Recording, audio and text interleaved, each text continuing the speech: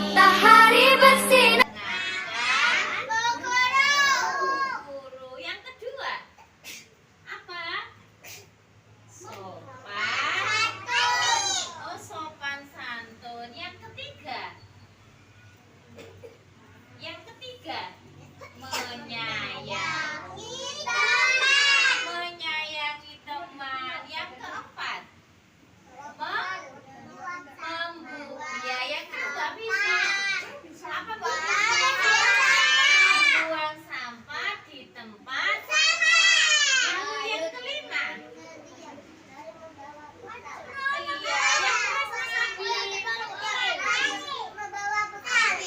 dan setiap hari membawa. Ayo lagi diulangi. Keyakinan kelas kita. Satu, tertib, mendengarkan Bu Guru. Dua, apa? Sopan santun. Tiga, apa? Menyayangi teman. Empat, membuang sampah di tempat sampah. Lima,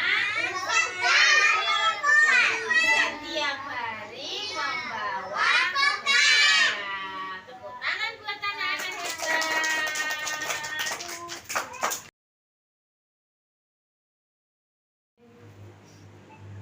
Pak tertulis yang terhormat Ibu Ketua Gugus 1 Ibu Endang Trias Putri, yang terhormat para pengurus Gugus 1 dan ibu-ibu guru dan kepala Gugus 1 sekecamatan Prambon. Puji syukur alhamdulillah, marilah senantiasa kita haturkan kehadirat Allah Subhanahu wa taala yang mana pagi hari ini kita bisa berkumpul acara pertemuan rutin dalam keadaan sehat walafiat. Amin amin ya rabbal alamin. Salawat serta salam semoga tetap tercurahkan kepada junjungan Nabi besar Muhammad sallallahu alaihi wasallam. Bapak Ibu yang saya hormati, sebelum acara kita mulai, saya akan bacakan susunan acara pada pagi hari ini.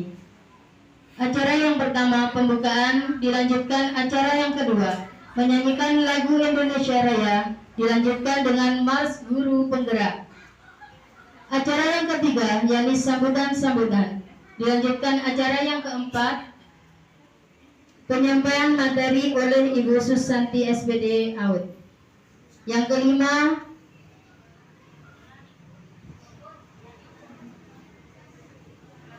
pembacaan doa atau penutup, yang terakhir ramah tamah. Sebelum acara demi acara kita mulai, marilah terlebih dahulu kita buka dengan bacaan Ummul Quran Suratul Fatihah. Mudah-mudahan acara pagi hari ini berjalan lancar dan mendapatkan berkah dari Allah Subhanahu wa taala. Ila hadratin Nabil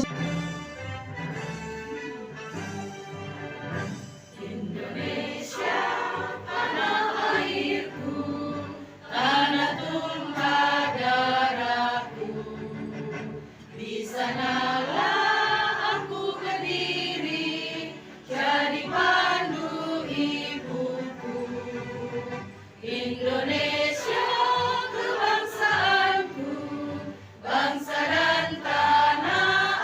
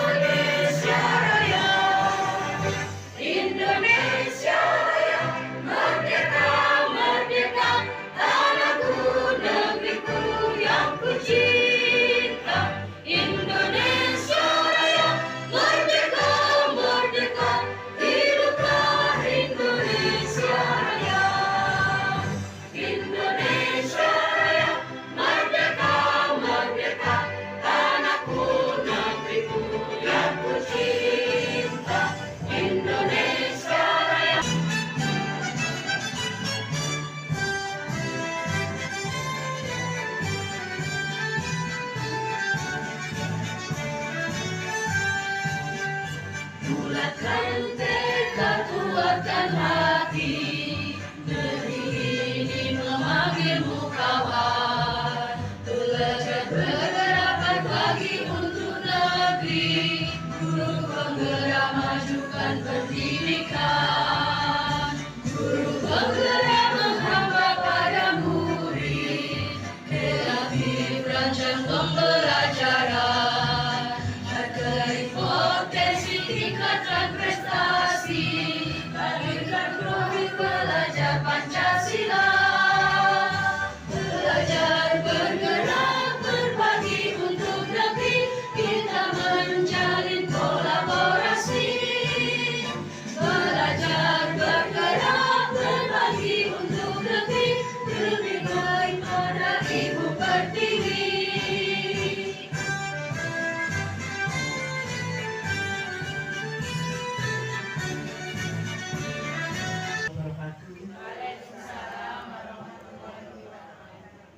Kepada yang terhormat Ibu Ketua Gugus 1 beserta pengurus Gugus 1 serta ibu-ibu kepala TK beserta guru Gugus 1, saya mengucapkan selamat datang di TK ini. Pertama-tama mari kita panjatkan puja dan puji syukur kehadiran Allah SWT yang melimpahkan rahmat hidayahnya sehingga dapat berkumpul dalam acara Gugus 1 ini. Sebelum saya melanjutkan acara ini, saya mengucapkan banyak-banyak terima kasih atas kehadiran ibu-ibu yang sudi ke TK Watu Tulis, dan sebelumnya saya mohon maaf bahwa tempat dan Selamat pagi dan salam sejahtera untuk kita semua.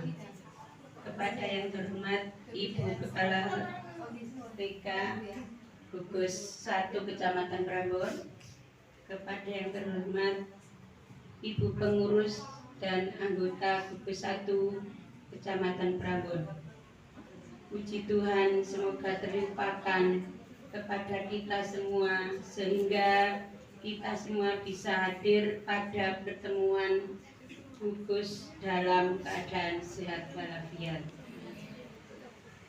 Ibu-ibu yang saya hormati, puji Tuhan dan alhamdulillah teman kita dari Gugus 1 telah sukses dan lulus di program guru penggerak.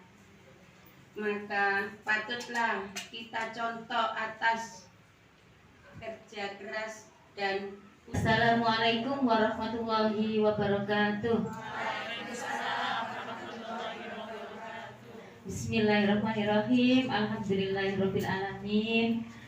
Yang terhormat Ibu Ketua Gugus 01 TK Kecamatan Prambon, yang saya hormati Ibu Kepala TK Dharma Wanita Persatuan Watu Tulis beserta Dewan Guru, yang saya hormati Ibu Ketua IGTKI TK Kecamatan Prambon, yang saya hormati Ibu Ketua KKTK Ibu Kecamatan Prambon beserta ibu-ibu anggota Gugus 01. Terima kasih atas rawuhnya, atas kehadiran panjenengan semua di TK Dharma Wanita Persatuan Watu Tulis, guna untuk pertemuan gugus juga untuk menghadiri undangan kami tentang sosialisasi budaya positif. Di sini saya mohon izin Ibu, saya mohon izin di depan ini, berada di depan untuk menyampaikan apa yang saya peroleh dari pendidikan guru penggerak beberapa bulan kemarin. Di sini saya bukan berarti saya bisa, saya lebih tahu, tidak seperti itu Bu ya. Kita belajar bersama-sama. Jadi nanti apabila ada penjelasan saya misalnya kok begitu, ada kelirunya, mohon nanti diluruskan Ibu nggih. Kita belajar bersama-sama, tidak ada yang dulu tahu atau bagaimana, kita bersama-sama, bergerak bersama dan maju bersama. Saya sapa dulu sepertinya biar nggak ngantuk Bu ya. Nanti kalau saya jawab, gimana kabarnya Ibu Guru hebat? Alhamdulillah, luar biasa, Allahu Akbar. Seperti menyapa anak-anak gitu nggih, biar nggak ngantuk nggih. Selamat pagi Ibu Guru hebat. Pagi, luar biasa. Tapi belum ada suara nih. Nggih. Nanti kalau saya berdiri di panjenengan duduk semua. Nggih. Ngapunten nuwun sewu Bu nggih. Selamat pagi Bu Guru hebat. Pagi, luar biasa. Gimana kabarnya hari ini? Alhamdulillah, luar biasa, Allahu Akbar. Aplaus untuk kita semua. Terima kasih. Sebelum saya menyampaikan sosialisasi tentang budaya positif, ini pastinya di benak panjenengan semua sudah tahu ya, budaya positif. Nah, kira-kira apa yang ada di benak panjenengan itu, Bu?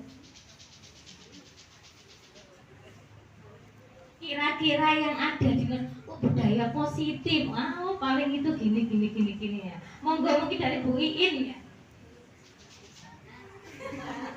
Kebiasaan yang baik. Iya, kebiasaan yang baik. Terima kasih Bu Kajimila. Kebiasaan yang baik. Iya, dari kata positif sudah tampak Bu nggih. Nah, dan sebelum ini saya lanjutkan ke materi selanjutnya, ya biar lebih semangat, kita bergoyang-goyang dulu ya Bu ya. Tidak apa-apa ya Bu ya. Mohon izin untuk berdiri semua.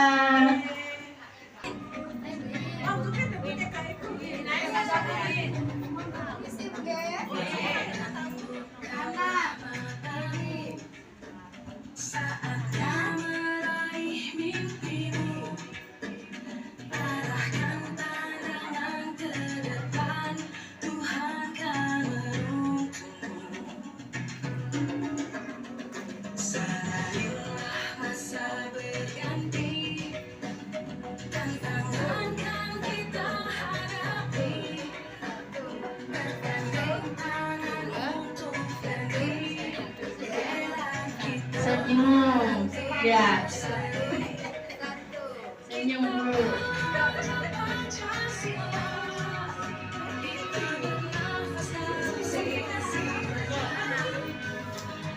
Kasihan yang belakang, nggak kelihatan.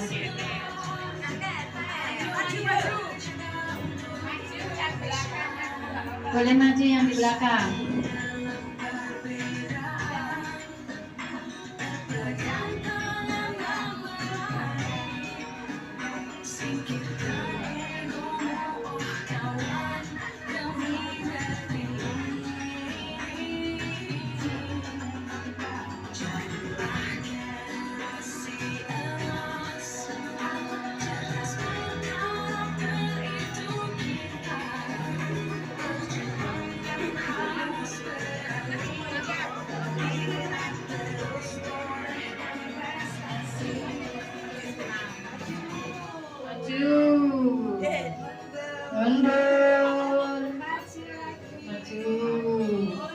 Mundur.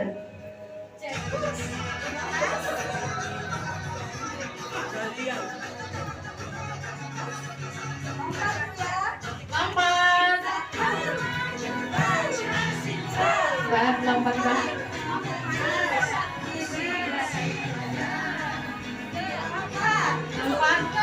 Ayo berenang lompat ganda keluar.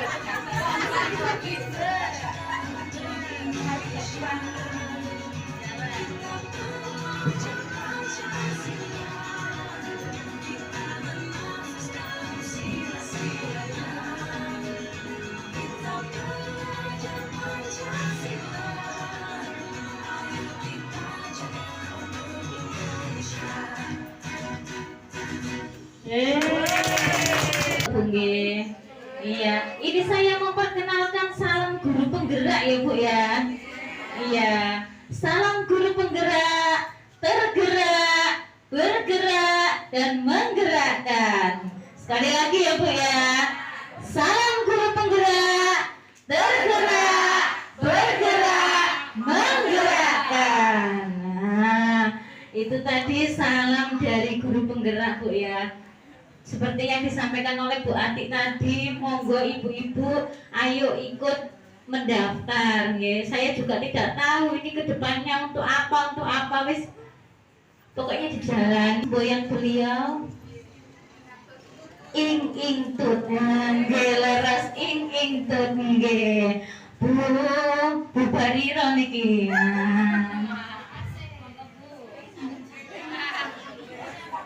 Oh, Bu Bariro masih malu nggih. Ing tut nggih. Ing ngarsa Suntulodo, ing madya mangun kersa, tut muri handayani. Artinya pripun Bu? Di depan sebagai contoh, di tengah membangun semangat, di belakang memberikan dorongan. Nah, kita semua, saya dan panjenengan ini adalah seorang pendidik sebagai guru. Nah, itu tadi semboyannya, di depan memberi contoh. Menurut Bapak Ki Hajar Dewantara, pendidikan itu menuntun. Nah, kemarin di pendidikan guru penggerak Bu, saya disuruh menjabarkan sama fasilitator yang dimaksud menuntun, karena saya berada mengajar di pendidikan anak usia dini. Ya jelas saja Pak, menuntun dari anak yang berangkat dari pendidikan keluarga, ya yang belum tahu apa-apa masuk ke TK, betul-betul menuntun. Dan menuntunnya di sini bagaimana? Kalau belajar itu menyenangkan, nah, pertama datang anak-anak itu sudah senang, insya Allah mau dibawa model seperti apapun juga kelakon. Nah, seperti itu, dan ternyata itu betul sekali, saya mendapatkan applause Bu. Kemudian pendidikan itu menuntun kekuatan kodrat anak. Kodrat anak itu apa Bu? Kodrat anak secara lahir, anak itu lahir suci ya Bu ya. Nah, seibarat kertas putih yang kosong, mereka belum ada coretan ataupun gambaran apapun. Nah, terus kemudian kertas putih itu lama-lama akan berisi penuh, apalagi seperti saya dan panjenengan yang sudah senior. Nah, kertas ini tasik putih napa pun oh burem, boten burem ya Bu, sudah penuh tulisan dan gambaran. Berarti panjenengan semua sudah banyak pengalaman. Nah, kalau anak yang baru lahir, mereka masih kondisi suci, masih putih, kertas putih bersih. Pertama yang memberikan coretan dan gambaran adalah pendidikan keluarga. 0 sampai dengan 2 tahun mereka masih dari pendidikan keluarga.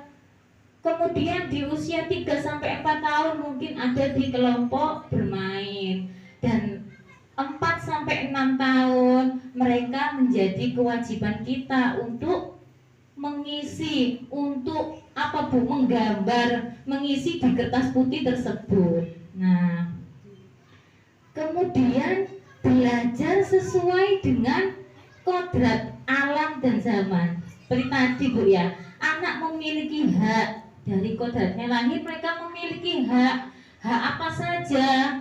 Hak mendapatkan pengasuhan, hak mendapatkan perlindungan, hak mendapatkan apa Bu, pendidikan, kasih sayang. Nah, kemudian belajar sesuai dengan kodrat alam. Nah, kodrat alam yang ada di TK Prambon pastinya berbeda dengan di TK di Lamongan. Nah, kemudian dalam pembelajaran dengan kodrat alam ya kita sesuaikan. Kalau kita ada di Prambon, mata pencahariannya pertanian, membahasnya juga yang didulukan adalah tentang pertanian dan sebagainya. Kemudian berbeda juga dengan alam yang ada di daerah lain, di daerah pesisir. Pasti mereka belajarnya juga menggunakan atau menggunakan dari laut dan sebagainya. Kemudian untuk yang kodrat zaman, zaman dikatakan kalau zaman itu pasti mengalami perubahan ya Bu ya. Yang ada di tahun 2000 pasti berbeda dengan tahun sekarang 2023. Sekarang untuk HP panjenengan yang ada di tahun 2000 berbeda maupun boten dengan yang sekarang jenengan pegang. Berbeda-bedanya nopo buati? Nggih, kamerae bisa dirubah-rubah, bentuknya juga berbeda.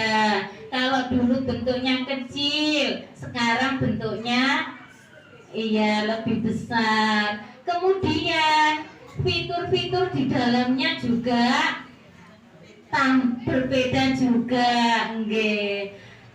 Anak di tahun 2000 dengan anak di tahun sekarang 2023 modelnya, perilakunya beda napa mboten Bu? Iya, kalau kita dulu TK belum bisa pegang HP ya, digawe opo iki. Tapi untuk anak didik kita, anak saya juga ya, anak panjenengan, anak TK, ada nopo mboten yang belum pernah membuka HP? Iya Bu ya, semua.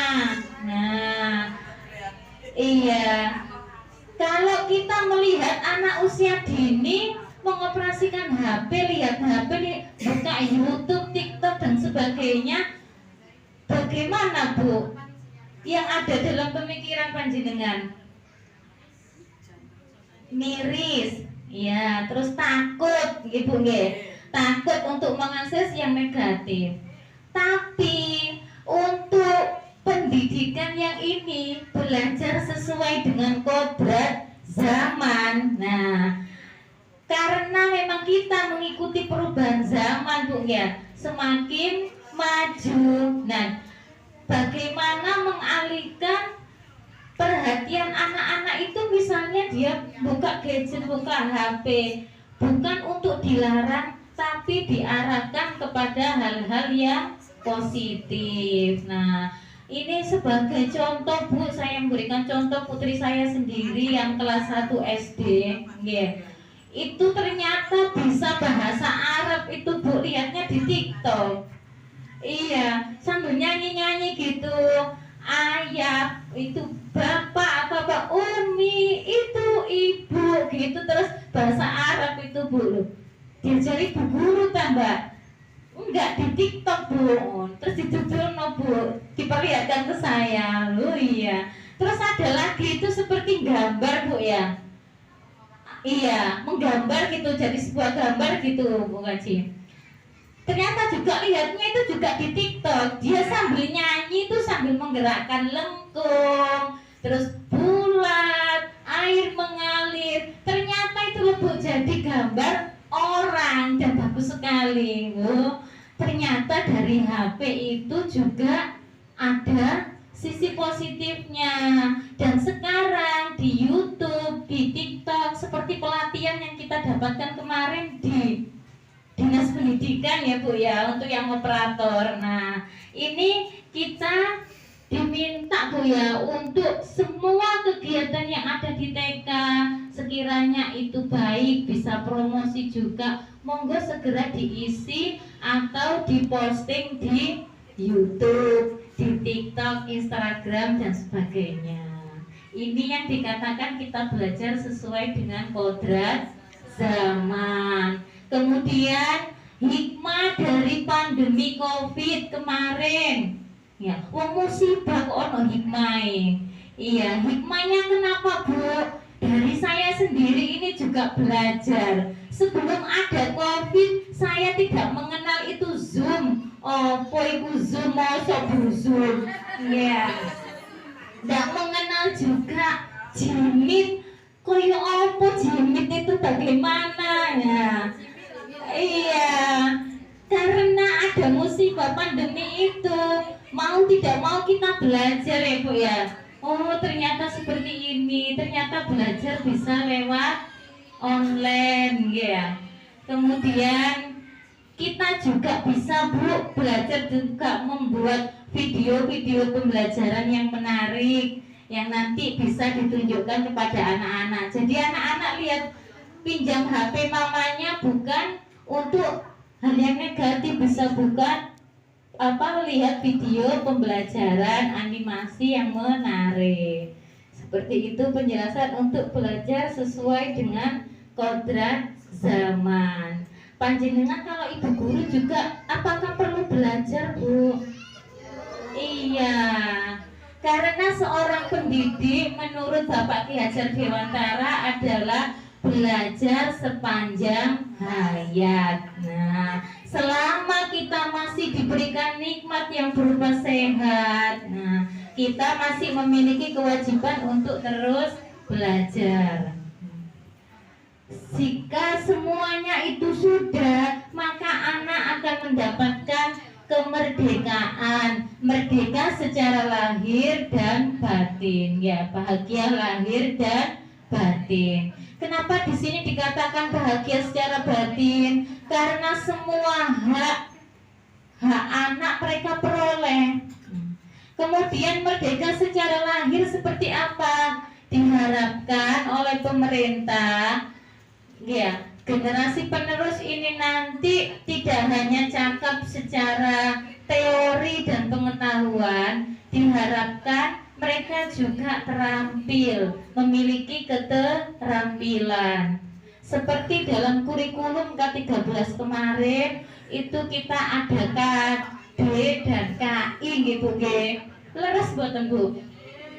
Nggih. Kalau KI 1 tentang sikap spiritual, nggih, moral agama. Di KI 2 ada sosial emosional, KI 3 pengetahuan, dan KI 4 keterampilan. Di mana pengetahuan dan keterampilan itu selalu bersamaan. Jadi kalau sekarang di kurikulum Merdeka namanya yang ganti Bu ya, jadi P5, Proyek Penguatan Profil Pelajar Pancasila. Nah, itu harapan pemerintah nanti anak-anak di jenjang pendidikan yang lebih tinggi, SMA, setelah mendapat pengetahuan dari guru, mereka dapat menerapkannya, dapat keterampilannya. Oh ternyata dari keterampilan ini saya bisa menghasilkan. Nah, jadi harapannya itu bisa membuka lapangan pekerjaan sendiri. Kemudian apakah ini juga perlu diterapkan di pendidikan anak usia dini Bu? Jawabannya iya perlu. Nah, karena apa? P5 setelah anak memperoleh teori pengetahuan.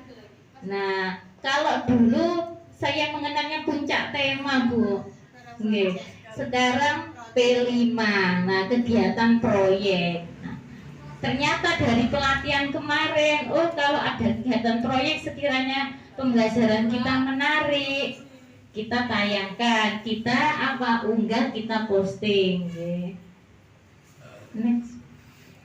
Budaya positif sendiri, komponen inti dari budaya positif ada perilaku manusia, kemudian kebutuhan dasar manusia, posisi kontrol restitusi, dan keyakinan kelas serta segitiga restitusi. Opo ae kudu susan gitu nggih.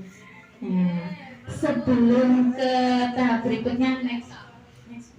perilaku manusia. Sebelum saya menjelaskan ke bawah, ini saya mohon izin menampilkan video ya Bu ya.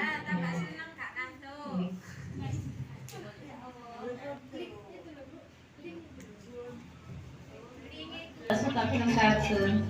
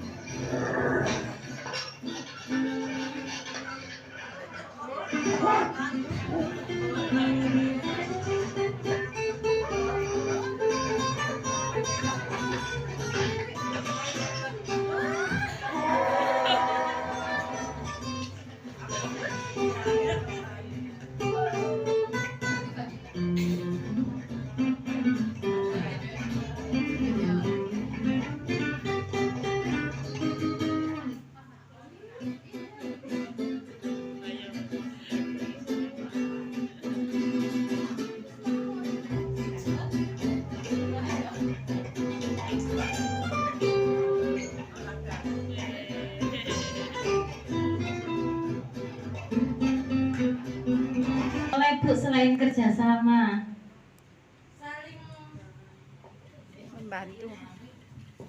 saling toleransi sesama.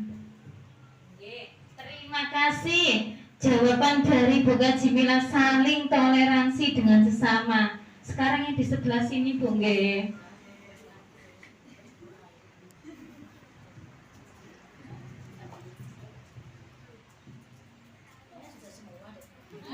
Menghargai tadi kan sudah apa namanya, saling kerjasama, saling toleransi, juga termasuk saling menghargai. Jadi mungkin di situ kecil bukan berarti nggak bisa. Kayak guru TK, meskipun kita termasuk guru-guru yang di pondasi dasar ya, tapi yakin bahwa ada peluang emas untuk kita semuanya.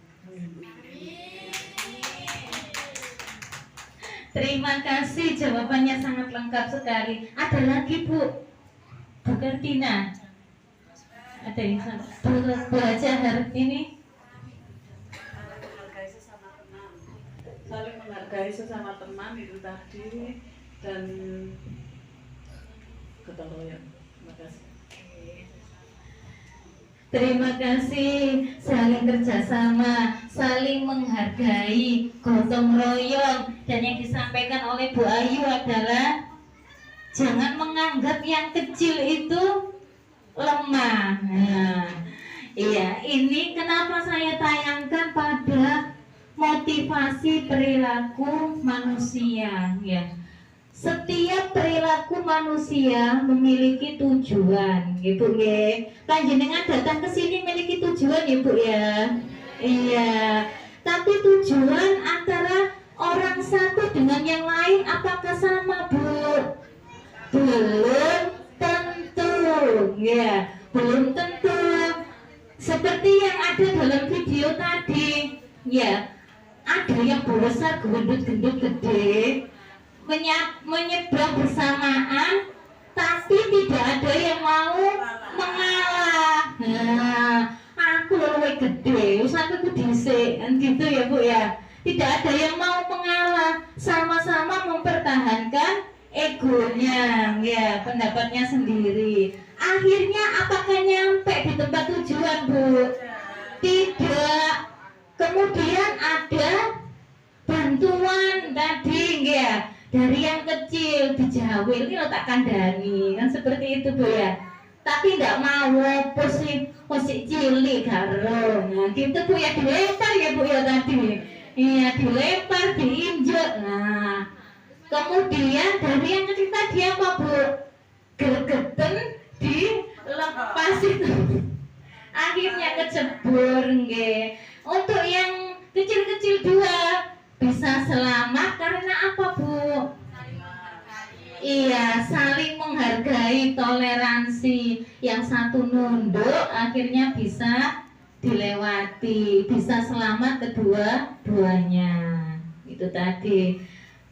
Kemudian setiap perilaku manusia memiliki tujuan. Nah, satu, untuk menghindari hukuman. Nah, seperti gini, wes aku tak rawuh ke pertemuan gugus tak rutin. Kok nek aku gak rutin, kok ditanyakan sama Bu Endang, apa iki gak teko, dan lain sebagainya.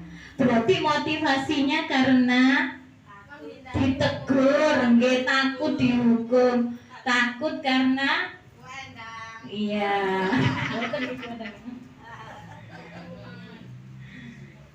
Kemudian anak juga seperti itu.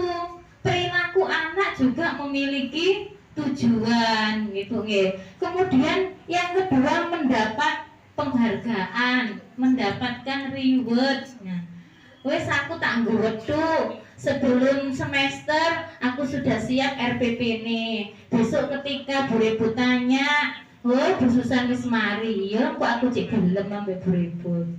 Ada juga yang memiliki motivasi tujuan yang seperti itu. Nah, itu yang kedua tentang penghargaan atau reward. Jadi dia bekerja, dia berperilaku itu karena ingin disanjung. Anak pun juga seperti itu, Bu, perilaku anak. Kemarin itu waktu pembiasaan biasanya saya kan langsung duduk melingkar jadi satu dengan anak-anak. Kemudian waktu berdoa juga seperti itu. Ada salah satu anak itu namanya Ananda Firly, itu ada aja, Bu, yang di kayak katanya temannya ini ganggu, padahal temannya itu tidak mengganggu dan lain sebagainya. Ternyata ketika sudah di sini saya pangku terus duduk, saya pangku sudah dia diem dan seneng, sudah tersenyum. Berarti kesimpulan di sini saya dengan Bu Ayu gini, oh ternyata dia butuh perhatian lebih. Nah, padahal kita duduknya melingkar, Bu, jadi satu semuanya juga saya perhatikan. Nah, tapi dia itu katanya temannya gini, ternyata itu tadi dia minta dipangku, minta diberikan perhatian lebih, perhatian khusus. Berarti tujuan dia seperti itu tadi. Nah, perilakunya memiliki tujuan tersebut. Mungkin di rumah kurang, nah, seperti itu. Dan dari dua ini tadi, perilaku manusia yang karena takut hukuman, karena ingin disanjung, ingin mendapatkan reward, ini masuk ke dalam eksternal. Jadi karena dorongan dari luar, karena dia berbuat karena orang lain, bukan dari dirinya sendiri. Untuk yang ketiga ini, karena dorongan dalam diri sendiri akan nilai kebajikan, nilai kebaikan yang diyakini dirinya.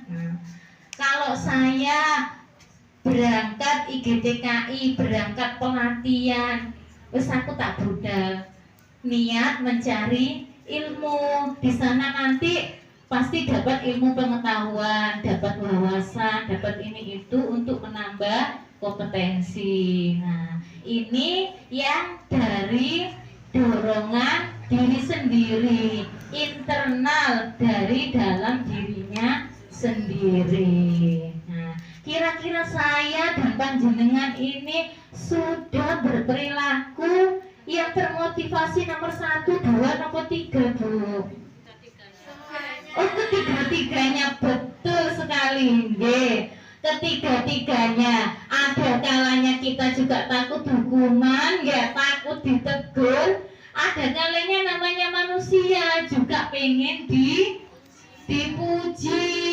Nah, kalau kita mengajarnya di anak usia dini, anak TK, yang setiap hari kita berikan ini apa, Bu? Hukuman atau pujian? Pujian, nggih. Setiap perilaku anak yang baik mesti kita jempol, kita berikan reward, kita kuatkan. Nah, ternyata itu terus-terusan juga tidak baik. Nah, dampak jangka panjangnya anak akan berperilaku karena ingin mendapatkan penghargaan, mendapatkan hadiah, mendapatkan reward dan sebagainya. Mari sekarang nanti dalam budaya positif yang sudah kita pelajari, kita terapkan dalam diri anak mulai sejak dini. Bahwasanya kalau membuang sampah itu harus di tempat sampah. Kenapa? Nah, kita berikan teori-teorinya, kita berikan gambarannya, akibatnya. Jadi anak sudah tertanam di dalam dirinya, di dalam hatinya, dorongan yakin dengan oh berarti buang sampah itu gak bagus kalau sembarangan. Nah, seperti itu. Kemudian kalau ngomong teriak-teriak itu tidak sopan, nah, akan sudah tertanam dalam dirinya, apalagi untuk di pendidikan anak usia dini yang ditekankan adalah pendidikan karakter. Kemarin saya dengan Bapak Fasilitator juga seperti itu. Insya Allah untuk calistung, untuk pengetahuan yang lainnya akan didapatkan oleh anak pada jenjang pendidikan selanjutnya. Tapi pendidikan karakter dimulai sejak dini yang nanti akan terus dibawa oleh anak. Lanjut dulu. Dan dasar manusia. Sebelum di kebutuhan dasar manusia ini, saya izin mau memberikan permainan ya Bu ya. Sepertinya kok sudah diam, saya takutnya nanti ngantuk. Selamat pagi Bu Guru hebat. Pagi luar biasa. Nah, biar melek. Saya mohon perwakilan dari tiap TK ya Bu ya, maju ya. Nggih. Dari TK Puspa Bangsa, monggo. Yang dituju, nggih. Setelah yang depan mengambil, diarahkan ke temannya yang belakang, diarahkan lagi ke belakang sendiri untuk naruh di wadah piring. Siap ya Bu ya? Oh, coba. Ditepuk Bu. Bu Barino, kita beri semangat Bu. Ayo. Kayaknya banget ya anak-anak. Ayo. Sudah ada pemenangnya. Buat kelompoknya Bu Sumana, Bu Iva, Bu Suci.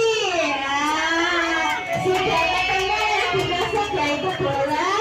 Nah, ini ada kebutuhan dasar betul dengan kebutuhan hidup, rasa kasih sayang dan diterima, kebutuhan kesenangan, kebutuhan penguasaan, dan kebutuhan kebebasan. Kira-kira yang kita permainkan tadi masuk dalam kebutuhan yang mana Bu? Semuanya. Nah, penguasaan masuk ya Bu ya. Iya, tadi nek ditepuk sebelah kanan itu berarti tangannya nggak kayak sing kanan, katanya berarti seperti itu ya.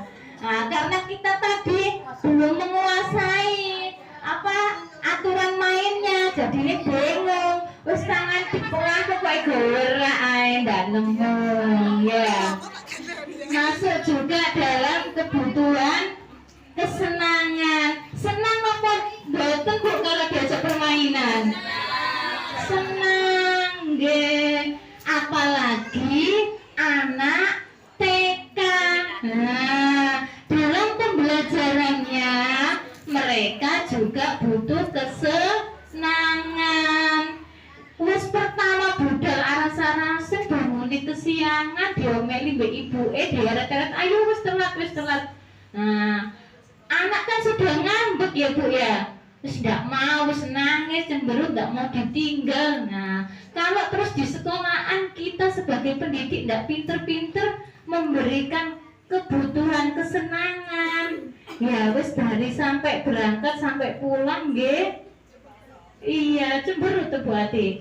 Iya. Nah, anak pun juga membutuhkan ini kebutuhan dasar. Mereka butuh bertahan hidup, kasih sayang dan rasa diterima. Nah, kasih sayang dan rasa diterima ini seperti apa? Kita hargai keberadaannya, Ibu. Meskipun hasil karya dia itu menurut kita coret-coret, ya, masih bintang 1, tapi yang kita sampaikan kepada anak adalah bagus, jempol sudah bagus, besok lebih baik lagi. Jadi kita hilangkan untuk kata-kata negatif. Nah, kalau kita sudah sama dengan halnya kita Bu, ya, orang dewasa, kalau sudah kita diberikan kata negatif, ojo ini untuk yang apa Bu ya, mindernya tinggi, sudah down ya Bu ya, sudah ndak bisa apa, ndak mau menunjukkan lagi bakatnya, seperti itu. Butuh kesenangan juga, butuh kebebasan dan penguasaan. Lanjut Bu. Juga ada 5 posisi kontrol sebagai penghukum, pembuat rasa bersalah, teman, pemantau, dan manajer. Ini seperti apa? Nah, kita sebagai pendidik, sebagai guru, ketika perilaku anak yang tadi memiliki tujuannya masing-masing, ada perilaku yang positif, ada perilaku yang negatif. Nah, kita sebagai guru juga apa mengarahkan Bu, kenapa kok berperilaku seperti ini? Nah, mengarahkannya ini ada 5 posisi kontrol yang boleh kita lakukan dan yang tidak boleh kita lakukan. Saya izin putar videonya ya Bu ya. Punten Bu nggih, ada gangguan teknis. Ini contoh 5 posisi kontrol yang boleh dilakukan oleh pendidik dan yang sekiranya tidak dilakukan, ya. Kita akan membahas tentang 5 posisi kontrol yang digunakan oleh Diane Dawson dan contoh penerapannya.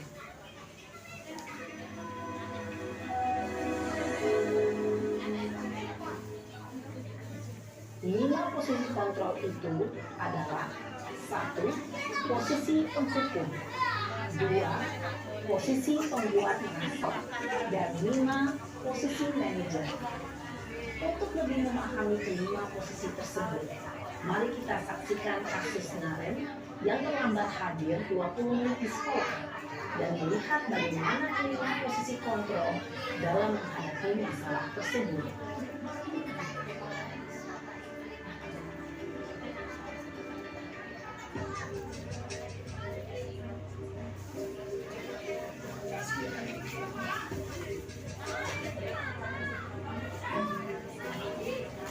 Naren,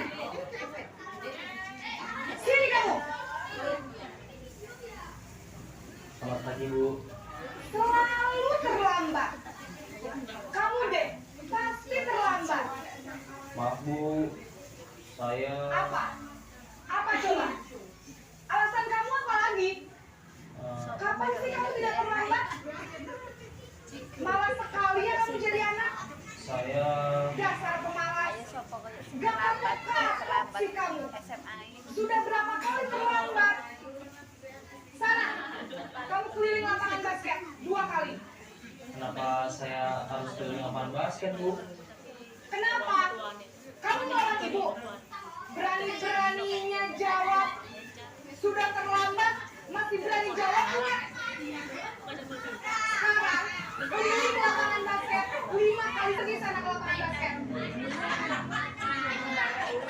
Posisi tertutup biasanya berbicara Kalau di TK enggak ada Bu ya bu guru yang seperti itu. Iya, itu posisi sebagai penghukum sadis. dampak yang terjadi pada murid ketika guru Nah, ini dampaknya dari posisi penghukum, Bu. Murid akan menjadi pendendam, tidak menyukai guru atau mata pelajaran di ampuh. Kalau TK nggak disukai sama gurunya bagaimana, Bu? Gimana? Iya, nggak disukai muridnya, gurunya nggak disukai muridnya, anaknya nggak mau sekolah, deh. Naren, Selamat pagi, Bu. Naren, kamu kenapa terlambat lagi, Nak? Ya Tuhan, Naren, kamu senang ya bikin ibu susah ya? Kalau kamu terlambat lagi, nanti ibu yang ditegur bapak kepala sekolah, Nak. Disangka ibu tidak bisa membina kamu. Duh, gimana ini? Maaf, Bu. Duh, Gusti Naren, kamu suka ya kalau ibu ditegur bapak kepala sekolah? Terus, sekarang ibu harus tulis apa ini di buku absen? Ini kamu sudah sering terlambat loh. Ibu harus apa coba? Maaf, Bu. Maaf sekali. Ya sudah, lain kali jangan bikin ibu susah lagi ya nak ya. Ibu tidak akan kuat lagi kalau kamu begini terus. Bisa jantungan kalau ibu ditegur bapak kepala sekolah. Kayak bundar ya kelas. Maaf ya, Bu. Maaf sekali. Ini posisi kontrol pembuat rasa bersalah. Jadi berbicara dengan nada tenang, cenderung lembut. iya, tapi anak sangat menyesali kesalahannya. Terus dampaknya anak itu tidak akan Dirinya sendiri berani. merasa Iya, tapi dan tidak sanggup negatifnya itu anak akan merasa minder. Terus sudah nggak mau menunjukkan. Ini dengan posisi sebagai teman. Naren, Jadi bu guru memposisikan dirinya sebagai teman ya. Selamat pagi, Dengan Bu. nada dan gaya bicara yang sudah jam berbeda. berapa ini nak? Terlambat lagi ya saya. Iya, Bu. Habis ibu saya udah memaafkan saya, Bu. Kamu malah menyalahkan ibu kamu. Kamu bukannya anak yang larinya paling kencang. Kok terlambat sih? Iya, Bu. Saya memang terlambat bangun tadi. Jadi, biarpun saya lari kencang, tetap gak kekejar, Bu. Ya sudah sana. Nanti lain kali larinya lebih kenceng lagi ya. Biar gak terlambat lagi. Bikin seneng ibu. Demi ibu. Bisa kan? Bisa lah, Bu. Ya sudah sana di sekolah. Ibu beresin urusan absen kamu. Kamu ini ada-ada saja. dalam posisi teman. Guru berbicara dengan nada suara ramah, akrab, cenderung bersenda gurau untuk menjaga suasana tetap santai. Murid akan merasa senang, aman, dan akrab dengan guru. Identitas yang tercipta adalah identitas sukses atau berhasil. Namun, perlu diingat, karena ini masih dorongan eksternal, maka ada faktor ketergantungan dari murid kepada orang tertentu. Di sini, guru absennya, sehingga di lain waktu, murid bisa berperilaku baik, namun hanya kepada orang-orang tertentu saja.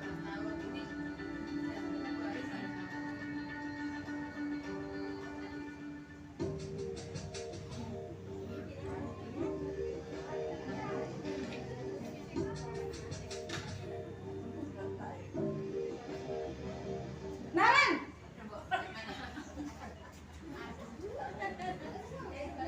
Selamat pagi, Bu. Naren, apa peraturan sekolah kita tentang jam berapa kita harus masuk sekolah, nak? Kita harus di sekolah jam 7, Bu. Iya betul, sekarang sudah jam 7.20. Naren sudah tahu konsekuensinya jika terlambat hadir. Paham Bu, saya harus tinggal kelas pas jam istirahat selama 20 menit. Iya benar, konsekuensinya demikian. Jadi nanti jam 9.30 pas istirahat, kamu harus tinggal di kelas, kerjakan tugas tambahan untuk ketertinggalan kamu, ya? Baik Bu. Posisi pemantau mengandalkan penghitungan atau data untuk mengontrol murid. Guru mengarahkan murid berdasarkan peraturan dan konsekuensi. Seorang pemantau menunjukkan bahasa tubuh dan ekspresi wajah yang datar dan cenderung formal.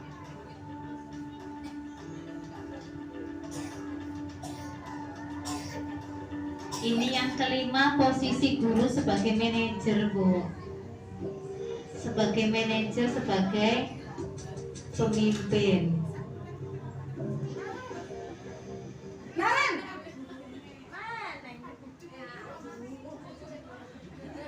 Selamat pagi Bu.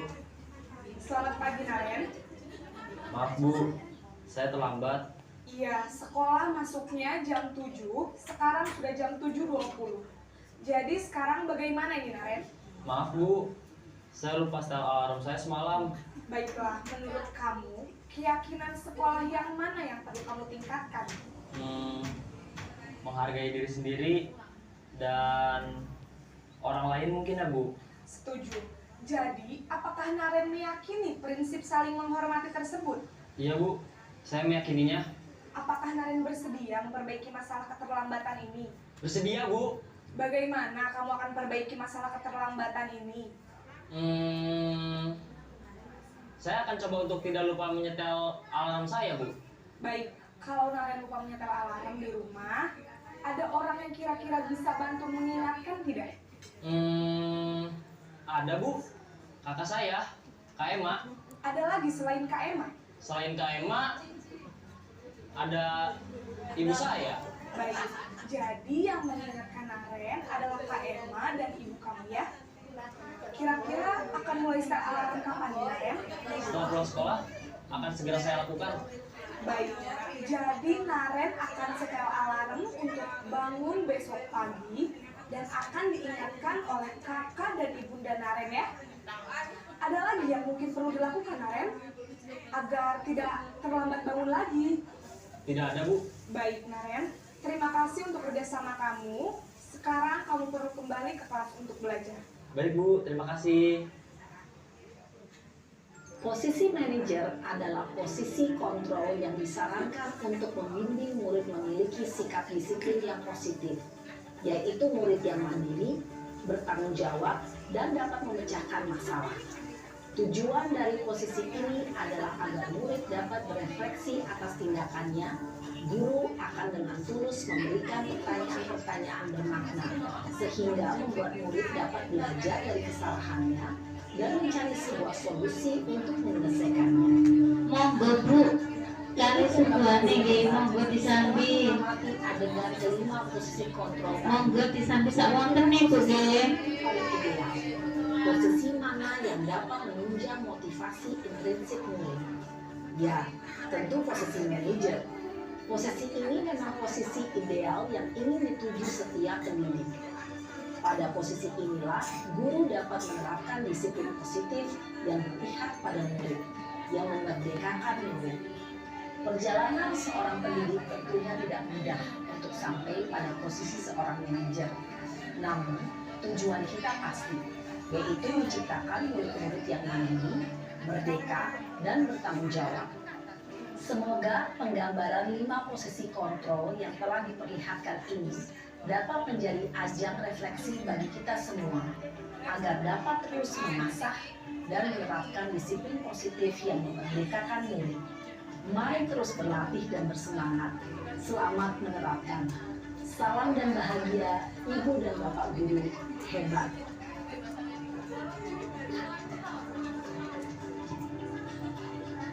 Itu tadi contoh video dari penerapan 5 posisi kontrol ya Bu ya, yaitu sebagai penghukum, pembuat rasa bersalah, sebagai teman, pemantau, dan manajer. Dari kelima posisi kontrol tersebut, yang mana yang dapat mengarah kepada keberhasilan anak, Bu? Iya, posisi sebagai manajer. Nah, sebagai seorang pemimpin. Lanjut, Bu Mila. Pembahasannya akan di slide berikutnya. Nah, sebagai teman dan juga pemantau, ini juga dari dorongan eksternal ada keberhasilan sukses, dan yang paling diinginkan yang seharusnya bisa diterapkan oleh kita sebagai pendidik, yaitu menggunakan posisi kontrol sebagai manajer, karena di situ akan banyak pertanyaan-pertanyaan yang menggali keyakinan pada diri anak, keyakinan apa yang disepakati. Nanti akan lanjut pada slide berikutnya, Bu Mila. Tersebut ada anak yang bermasalah, seperti mungkin kalau permasalahan anak ini banyak jika ada di jenjang sekolah yang lebih tinggi, ya Bu ya. Kalau di kita di taman kanak-kanak mungkin permasalahannya adalah masih belum mau berpisah dengan ibunya, belum mau ditinggal ibunya. Nah, itu permasalahan yang ada di TK yang harus kita cari solusinya dengan menerapkan ini segitiga restitusi. Lanjut, Bu Mira. Dan keyakinan kelas yang selama ini ada di lembaga kita tempelkan juga, itu berbunyi tata tertib, berbunyi tata tertib siswa, tata tertib guru, tata tertib sekolah. Nah, peraturan sekolah. Kenapa ini di slide ada peraturan kelas mengarah untuk berubah menjadi keyakinan kelas atau keyakinan sekolah? Bedanya apa ya, Bu? Mungkin kalau peraturan terkesan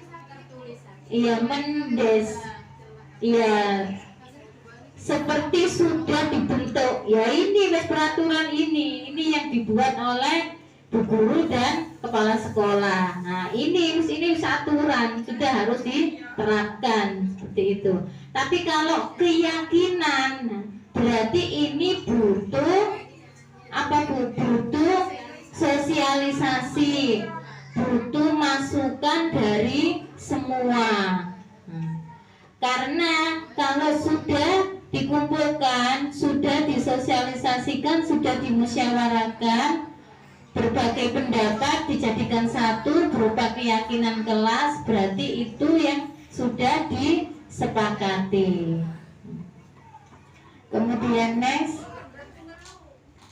hasil keyakinan kelas untuk anak usia dini, Bu ya, di TK. Keyakinan kelas yang disampaikan kepada anak-anak: aku anak mandiri, bertanggung jawab, budayakan salam, senyum, sapa, sabar menunggu giliran, membawa bekal, menjaga kebersihan, membereskan mainan, dan saling menyayangi teman.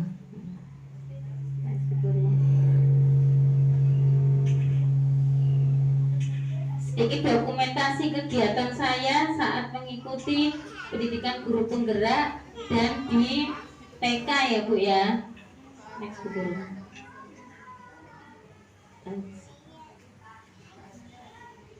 Terima kasih, itu yang dapat saya sampaikan dalam sosialisasi budaya positif yang saya peroleh pada pendidikan guru penggerak kemarin. Saya mohon bisa mencontohkan, monggo.